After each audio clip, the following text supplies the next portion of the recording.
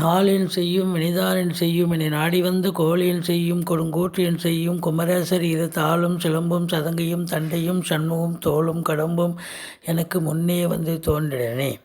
உலகமெங்கும் வாழ்ந்து கொண்டிருக்கும் ஸ்ரீ குபேரன் டிவி நேயர்களுக்கு சைதை ராஜாவின் அன்பான வணக்கங்கள்.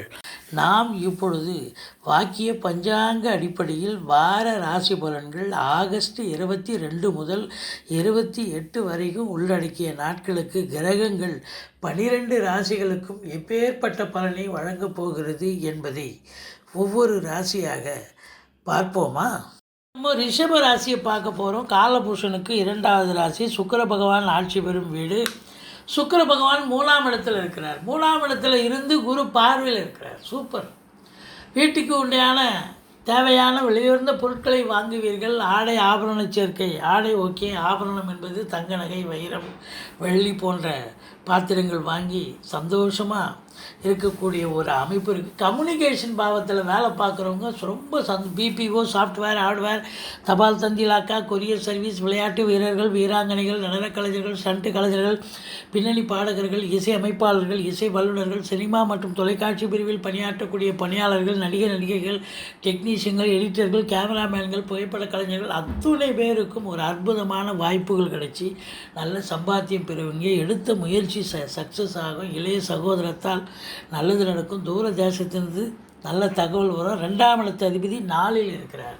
நல்ல பணவரவு பொருள் வரவு குடும்பத்தில் அமைதி நிம்மதி சந்தோஷம் குதூகலம் ஏற்படும். 7ஆம் இடத்து அதிபதி செவ்வாய் ராசியில் வந்து அமர்ந்திருக்கிறார். அப்போது கணவன் மனைவிக்குள்ள கருத்து வேறுபாடுகள் எதுவும் இல்லாமல் சந்தோஷமாக செயலாற்றக்கூடிய ஒரு காலகட்டம்.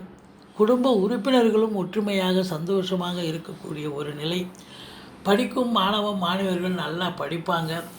அடி வயிற்றில் ஏதாவது உஷ்ணம் சம்பந்தப்பட்ட பிரச்சனைகள் வரலாம். கல்வியாளர்கள் கல்வி நிறுவனங்கள் இவங்களுக்கெல்லாம் ஒரு பொற்காலம் அப்படின்னு சொல்லலாம். 5ஆம் இடத்துல புத பகவான் அதிகபட்சமாக இருக்கிறார். 2க்கும் 5க்கும் உடையவன் 5இல் உச்சம் நிலையில் இருக்கிறதால பொருளாதாரத்தில் சுபீட்சம் இருக்கும். குடும்பத்தில் நிம்மதி இருக்கும். பிள்ளைகளால் பெருமிதம் கொள்ளக்கூடிய உன்னதமான ஒரு காலகட்டம். பத்திரிகை துறை எழுத்துத்துறை மீடியா துறை ஆசிரியர் பெருமக்கள் பேராசிரியர்கள் இலக்கியவாதிகள் சொற்பொழிவாளர்கள் புதனுடைய ஆதிக்கம் நிறைந்த அன்பர்கள் இவங்களுக்கெல்லாம் வந்து ஒரு பொற்காலம். அவங்களுடைய திறமைகள் போற்றப்படும் மதிக்கப்படும். மற்றவர்களால் ரெகக்னேஷன் சொல்லப்படும். மற்றபடி 6ஆம் இடத்தில் கேது பகவான் இருக்கிறார். 3ஆம் இடம் 6ஆம் இடம் 11ஆம் இடத்துல ராகு கேதுக்கள் அமர்ந்தால் அதை விட ஒரு சிறப்பு வேறு ஒன்றுமே கிடையாதுங்க. சிறப்பு இந்த ராகு பகவான் அது 12இல் இருக்கிறார். கேது வந்து உங்களுக்கு 6இல் இருக்கிறார். இப்போ 6இல் கேது இருந்ததுன்னு சொன்னால் உங்களுக்கு பார்த்தீங்கன்னு சொன்னால் எதிரிகள் ஓடி ஒளிவார்கள். கடன் சுமை படிப்படியாக குறையும். அதே நேரத்தில் பொருளாதாரத்தில் நீங்கள் வந்து சக்ஸஸ் பெறுவீங்க. வேலை பார்க்குற இடத்துல எல்லோரும் உங்களுக்கு ஆதரவாக செயல்படுவார்கள் அப்படின்னு சொல்லலாம். 6ஆம் இடத்து கேது உங்களுக்கு பொருளாதாரத்தில் ஒரு சுபீட்சத்தை கொண்டு வருவார். 7க்குடையவன் ராசியில் இருக்கிறார். நம்ம ஏற்கனவே சொல்லிட்டோம். அது கணவன் மனைவி ஒற்றுமை மேலோங்கும். நட்பு வட்டாரம் விரிவடையும். மற்றபடி 10ஆம் இடம் தொழில் ஸ்தானத்தை பார்த்தீங்கன்னு சொன்னால் அவர் 9ஆம் இடத்தில் அமர்ந்து சனி பகவான் வக்ரகதியில் இருக்கிறார். இந்த ரிஷபராசி அன்பர்களுக்கு இந்த வாரம் தொழில் கொஞ்சம் மந்தத்தன்மையாக தான் இருக்கும்.